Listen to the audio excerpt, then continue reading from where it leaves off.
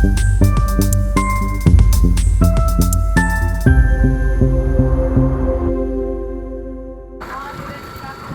वालेकुम। Gladius construction के अंदर आप लोगों को खुशामदीद करते हैं। आज हम लोगों ने अपनी वीडियो सीरीज़ बनाने का सिलसिला शुरू किया है ताकि आप लोगों को हम अपनी कंस्ट्रक्शन और अपनी कंपनी की वर्क क्वालिटी के बारे में बता सकें कि ग्लैडियस कंस्ट्रक्शन किस तरह से अपनी क्वालिटी कंस्ट्रक्शन के लिए जानी जाती है। तो अभी हमारा, अगर आप उस तरफ देखेंगे, हमारा बाउंड्री वॉल का काम चल रहा है जहाँ पे हमारे शाह साहब जो हैं ये बाउंड्री को कंप्लीट कर रहे हैं। हमारा ये 2437 ए सेक्टर यू में एक कनाल का प्रोजेक्ट चल रहा है जिसका आज हम लोग फर्स्ट फ्लोर का लेंटर भी डाल रहे हैं, साथ में हमारा ग्राउंड फ्लोर पे भी काम चल रहा है। तो जिस टाइम पे हमारा कंस्ट्रक्शन पहुंचती है फर्स्ट फ्लोर पे तो हमारा ग्राउंड फ्लोर और फर्स्ट फ्लोर कुछ पैरेलल मोड के ऊपर काम करना शुरू करते हैं ताकि हम लोग अपनी कंस्ट्रक्शन को with in time wind up कर सकें।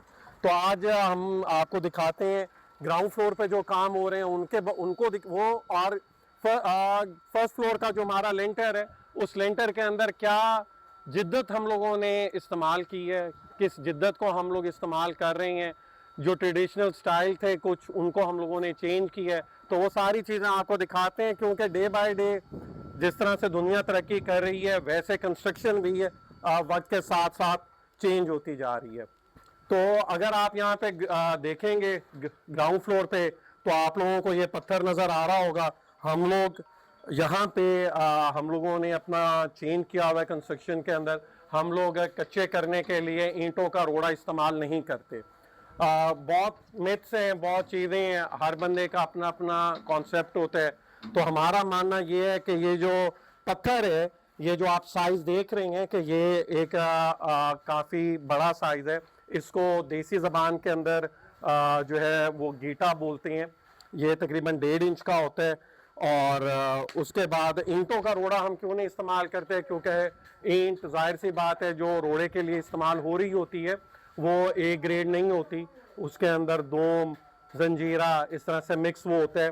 और अल्टीमेटली हमें ये लगता है कि वो एक टाइम पे आके अपनी स्ट्रेंथ लूज़ कर जाता है। तो हमारे साथ काशिफ है, ये हमारा बेसिकली ठेकेदार है जो हमारी लेबर को और इन सब चीज़ों को हैंडल करता है, मैनेज करता है। तो काशिफ से ये पूछते हैं हम कि काशिफ साहब आप ये बताएं कि ये आपने डायरेक्ट रोड़ा ही डाल दिया या आपने कुछ और भी किया इस पर? नहीं सर, इस पे पहले पानी मारा है, उसको बिठाया है मट्टी को, ठीक है। फिर इस पे क्या कहते हैं दरेशी की है, ठीक है। उसके बाद हैमर मारा है, ठीक है, हैमर कंपैक्टर मारा हैमर आपने। कंपैक्टर मारा ठीक है, उसके बाद फिर बजर डाला है, ठीक है। फिर क्या कहते हैं जब हैमर मारा तो उसके दीमक वाली स्प्रे भी मारी है। अच्छा, जी ठीक। जी। तो दीमक वाली स्प्रे है। अच्छा, हम आपको ये बता दें क्योंकि हम ये वीडियो जो बना रहे हैं ये हम फर्स्ट फ्लोर का लेंटर डाल रहे हैं।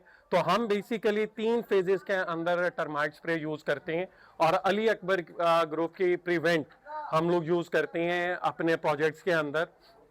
जो हमारे पास वीडियोस हैं भी सही, जो हम क्लाइंट्स के साथ शेयर भी करते हैं। तो वो वीडियोस हम आने वाले जो हमारी होंगी वीडियो उसके अंदर हम आपके साथ शेयर करते रहेंगे। अच्छा, अब क्या होता है कि दीमक का स्प्रे हम लोग सबसे पहले मारते हैं जब जिस टाइम पे हम पीसीसी कर रहे होते हैं उस टाइम पे।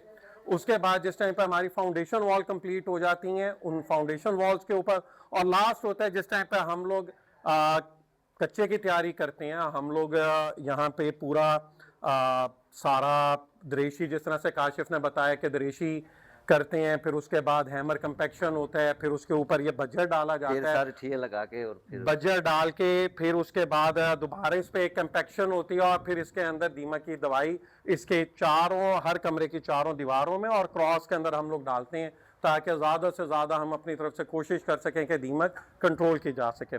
उसके साथ आप देख रहे होंगे कि यहाँ पे ये भी इस हॉल का कच्चा चल रहा है। आपको ये कुछ ठिये नज़र आ रही हैं। ये बेसिकली लेवल हम लोगों ने निकाला हुआ है। ये लेवल क्या कह रहा है कि हम इस लेवल तक अपने कच्चे को फाइनल करेंगे और ये कच्चा हमारा डीपीसी, जो हमारी हाफ डीपीसी है, उसको कवर करेगा।